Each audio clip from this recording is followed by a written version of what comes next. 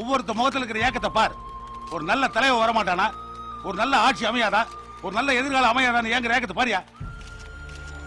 இன்னைக்கு இருக்கிற இளைஞன் எவனை கேட்டாலும் டாக்டர் ஆகணுங்கிறான், இன்ஜினியர் ஆகணுங்கிறான், வக்கீல் ஆகணுங்கிறான். எவனாவது ஒருத்தன் அரசியல்வாதி ஆக இருக்கிறானா? கேட்டா அரசியல் ஒரு சாக்கடைமானுங்க. சாக்கடையா இருந்தா இறங்கி சுத்தம் பண்ண வேண்டியதானே? அதை விட்டு கண்ட அரசியல்வாதிகிட்ட நாட்டை கொடுத்துட்டு அந்த நாட்டத்திலேயே வாழ்ந்து பழகிட்டானுங்க. இந்த மாதிரி இளைஞர்கள் என்ன நினைக்கிறாங்க? ஒரு நல்ல படிப்பு, அதுக்கேற்ற வேலை, கண்ணுக்கு லட்சணமா ஒரு பொண்ணை பார்த்து கல்யாணம் பண்ணிக்கணும். அப்புறம் 45 வயசு வரைக்கும் குருவி சேர்த்துற மாதிரி சேர்த்து அவுட் ஆஃப் சிட்டில ஒரு 1/2 இடத்த வாங்கி 800 ஸ்கொயர் ஃபீட்ல ஒரு வீட்டை கட்டி மஞ்சள் பெயிண்ட் அடிச்சுக்கணும். அப்புறம் ஈஸ்டர் போட்டு உட்காந்துட்டு இந்தியன் படிச்சுட்டு தன் குடும்பம் தம்பூண்டாடி தன் பிள்ளைங்க வாழ் சேர்த்தரணும். போங்கயா. இப்படி தன் குடும்பம் தமிழுக்கு தான் பெருசுன்னு மகாத்மா காந்தி ஒதுக்கி இருந்தாருன்னா நம்ம நாட்டுக்கு சுதந்திரம் கிடைச்சிருக்குமா? தாமஸ் ஆல்வா எடிசன் நினைச்சிருந்தாருன்னா கரண்ட் கிடைச்சிருக்குமா?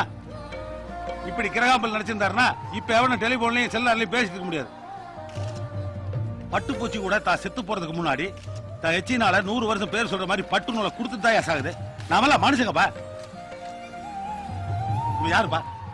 இவனுக்கு உனக்கு என்ன சம்பந்தம்? இவன் எதுக்கு உன்னை பாக்குறதுக்காக காலையில் 5 மணி இருந்து உட்காந்து இருக்கணும்? தம்பி, எதுக்குப்பா வந்த?